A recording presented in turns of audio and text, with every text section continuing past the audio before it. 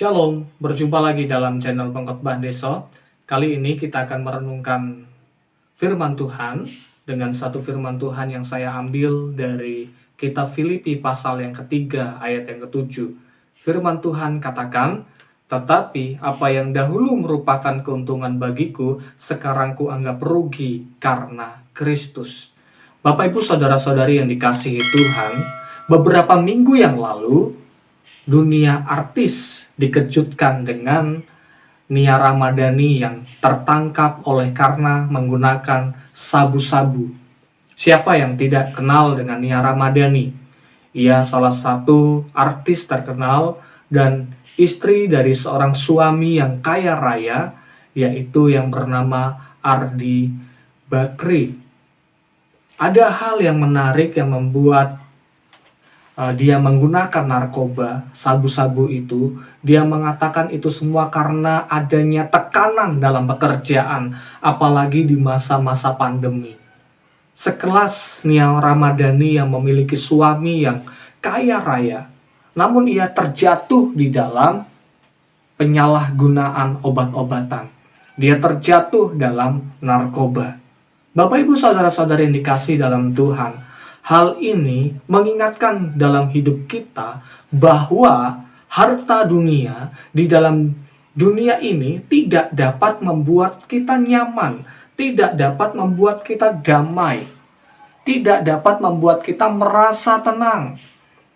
Ada hal yang lebih membuat kita bisa tenang, yaitu ketika kita mengenal siapa Allah kita. Seperti yang dikatakan oleh Paulus, pengenalan akan Kristus membuatnya itu menjadikan Kristus menjadi harta yang lebih indah dari apapun.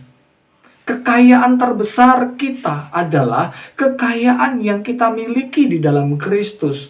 Mengapa demikian? Karena di dalam Kristus adanya anugerah yang besar yang telah menyelamatkan setiap kehidupan kita dari jerat dosa. Bapak Ibu yang terkasih dalam Tuhan, hal yang menarik yang Paulus katakan, "Tetapi apa yang dahulu merupakan keuntungan bagiku, sekarang kuanggap rugi karena Kristus." Paulus sadar bahwa pengenalan akan Kristus itu lebih penting daripada dunia ini. Siapa sih yang tidak membutuhkan harta? Siapa sih yang tidak membutuhkan uang? Siapa sih yang tidak membutuhkan pekerjaan? Di dalam dunia ini yang pastinya semuanya itu dibutuhkan. Tetapi ada hal yang lebih penting daripada itu, yaitu apa? Kenyamanan hati kita. Karena dunia ini tidak menawarkan damai sejahtera yang seperti ditawarkan oleh Kristus.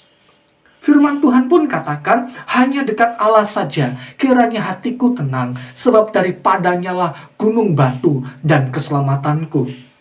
Hanya kepada Allah sajalah kiranya hatiku tenang.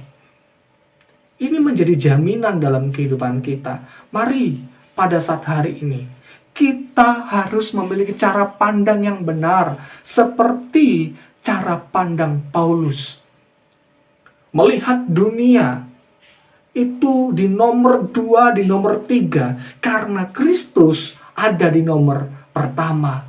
Ketika Kristus dijadikan nomor pertama, itu menjadi harta yang terindah yang dapat kita nikmati karena kita memiliki segala sesuatu, karena kita memegang dan bersandar pada sumber segala sesuatu.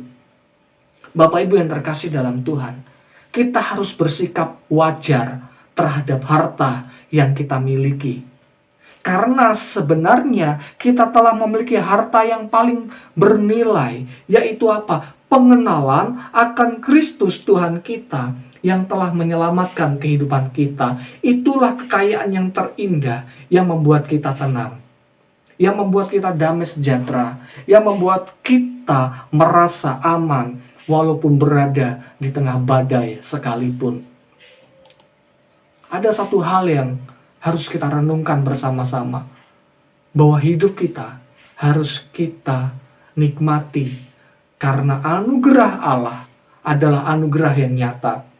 Ada satu pujian yang mengatakan bahwa saat terindah dalam hidup kita adalah ketika kita berhadapan dengan Bapa kita, dengan Tuhan yang telah menyelamatkan hidup kita, yaitu Yesus Kristus. Dialah yang menjadi kekasih jiwa kita, yang menemani setiap kehidupan kita, yang memeluk erat hidup kita. Di dalam hadiratnya kita akan dipenuhi dengan kasih-Nya.